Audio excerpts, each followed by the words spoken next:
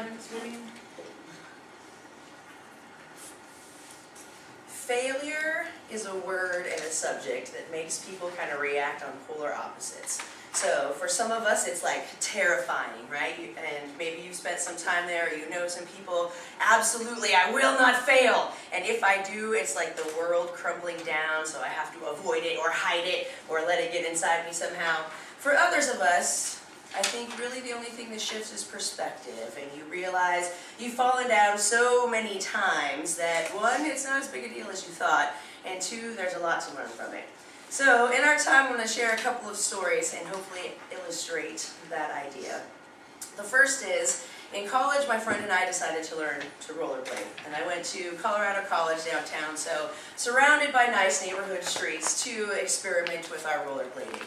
Now the thing is, when you start something like that, you start very cautious because you're very afraid of falling down, right? And then you do it a little bit and you get some confidence. And suddenly we were jumping over manholes. And then the manholes weren't big enough, so we're like, I could clear this ditch to slow you down, right? And when you start doing those things and you get more confident, like, I'm gonna go faster.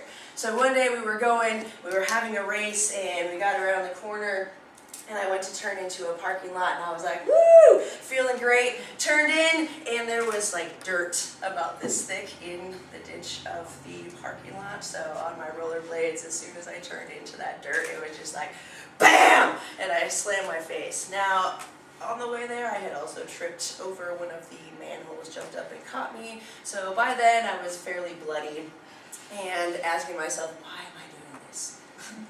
But after that, it was not such a big deal when I started tripping and I could do some things, like I started jumping into the grass. All of these things so minor. Like I could see, one time we passed some kids skateboarding. They just laughed and laughed and laughed because we were like, yeah, we're such badasses. Really, we're not. But when we came around that corner, as you gain confidence, you smack sometimes. But what I learned from that, falling down, not such a big deal. Since then, this last year, as most of you know, I'm working on my PhD, and that has been a very humbling experience.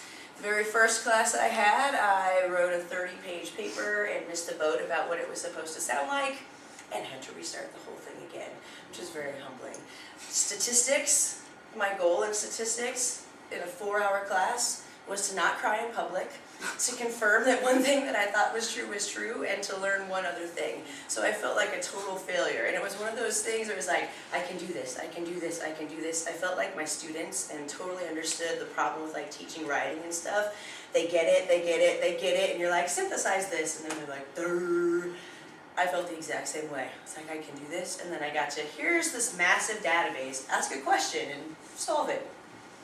Like I went to the library twice and sat there for hours and then went home like, I don't even know what I'm doing anymore. And so the frustration of having to work through that has been a challenge that I really have had no choice but to step into. So if we're looking at failure, the first thing we have is you have got to reflect and act on it. So in that reflection, if you get angry and stay in that little place and blame the circumstances, it's not my fault, it was just this or that, you don't go anywhere from that, and you find yourself stuck there, angry again. But if you accept the fact that sometimes you're going to be flying around that corner, it's going to feel awesome, woo, before you smack your face, you have to enjoy both. Because if you learn from the falls that you take, sometimes it means a lot more. As a teacher, this year will be my 18th year in public education. 12 of those I spent at the high school level teaching English. And through that, I taught all levels. So I was a master of 9th grade. So I taught Honors 9, Regular 9, and Repeat 9, which was you failed English 9. Okay? In case you don't know, you need 8 semesters of English in order to graduate. So kids had to pass that class.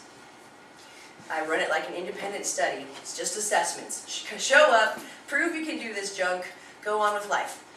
And that's, difficult for some kids. And there was one kid in particular, I was the only class that he needed in order to graduate. He had not done what he needed to do to demonstrate that he could pass the class.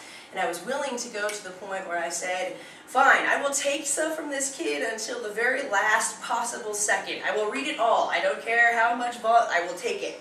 Prove it to me. Didn't do it, didn't do it. And then suddenly, other teachers are coming in to say, hey, did you know You, and at first it was me and the history teacher, you two are the only two classes that Jesus needs to graduate. I did know that.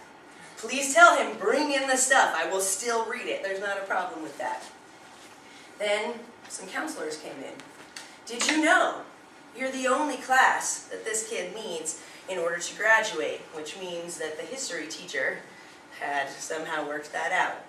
And then we get closer, and then pretty soon the assistant principal is coming in to have a conversation with me. And it was very surprising because the pressure, intrinsically, morally, like, no, what kind of message are we sending?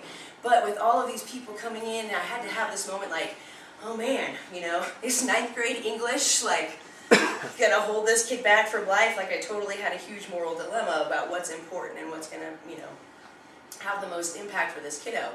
In the end, I decided, couldn't do it. He didn't show that he could do it, and I couldn't do it.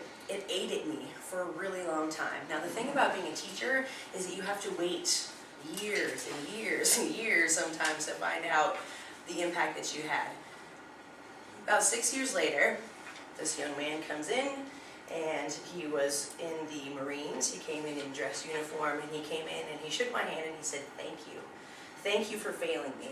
Because if you hadn't, I would have just kept on going thinking that failure was like, yeah, whatever, it doesn't matter. It's your fault that I'm failing. I don't actually have to have any responsibility. But because he had failed high school, his parents cut him off, he had no choices, so he walked into the military and turned that into an experience then that led his life and